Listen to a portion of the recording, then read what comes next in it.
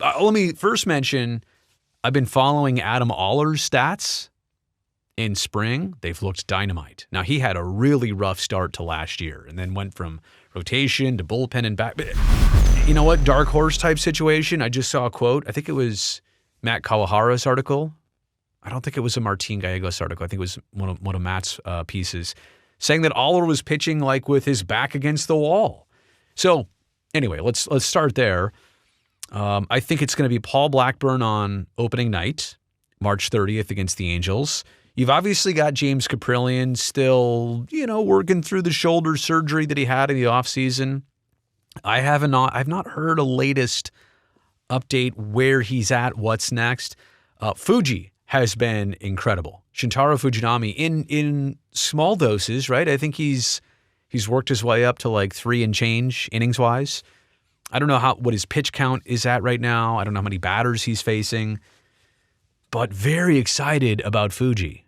Now, to know his career is to understand that he had a lot of early success in Japan. He was highly touted and advertised over there. And then he went through a couple really rough years, and then even kind of dipped into the minors for a bit and had some ups and downs, but just was never the same from his first couple of years professionally over there. He's only 28 years old, right? And I think one of the coolest things I was able to do was talk to him in an interview in spring training. And one of the questions that I'll take away was I just asked him, do you feel like a rookie or do you feel like a veteran? You've done this before, like professional baseball, but you're brand new to the major leagues. And he humbly said rookie. And, he's approaching it that way, but he's having fun. I watched him communicate with his teammates and the coaches. There's a lot of body language, right? Because he does have his translator Issei there, but there's still a lot of like talking with hands and, showing this and that. And so it's been fun. It's fun to watch somebody really try to break through the barrier. I don't know where he slots in, but I really look forward to seeing where he's at. Now, I know there are a couple other candidates for the rotation, but I don't want to spend too long on this, but I also do want to mention J.P. Sears and Ken Waldichuk. And Sears had a pretty tremendous last season that started with the Yankees, that eventually finished with the A's. He and Waldichuk pitched the last game of the season. So both of these guys made it from the start to the finish. Granted, they didn't have the biggest workload start to finish, but I was really happy that they made it to October baseball. No arm issues, knock on wood, no problems. So Sears and Waldichuk, big time looking forward to what they can do. Players that came over to the A's last year and part of the Frankie Montas deal with the New York Yankees. So I think when we say creative with the rotation, well, first off, let's also address this, stay in school. The A's have so many utility players that can play third and second and left and right and first and will DH. I mean, there is actually going to be a bit of, so long as everybody's healthy, there's going to be a bit of competition to actually get at-bats.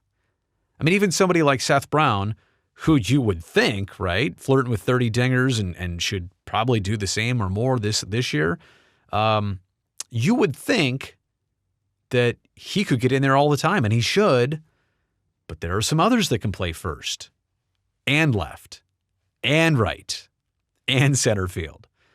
Or even if you're Tony Kemp, I mean, we know what he's all about, but maybe the right side of the infield gets a little bit crowded. I've obviously got favorites. I love TK pulling for him, but, competition in a team is good. And you want somebody to always have the hot hand. So, look, I also, how do I say this? I also want to be very realistic that, the A's did lose 102 games last year. And I strongly feel that they will be better this year. But how much better? I think a large part remains, can they get good pitching? I think a lot of it starts there.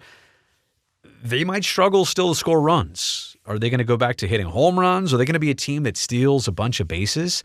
Esteury Ruiz stole 85 bags last year, albeit in the minor leagues, but only in 114 minor league games. I think he also scored 114 runs in those 114 minor league games. Get this dude on base. Let him turn a walk into a double. Get him on, get him over, get him in. So I don't want to elaborate too long. I know I strayed away from the rotation there, but those names I mentioned, we'll see what the A's can do.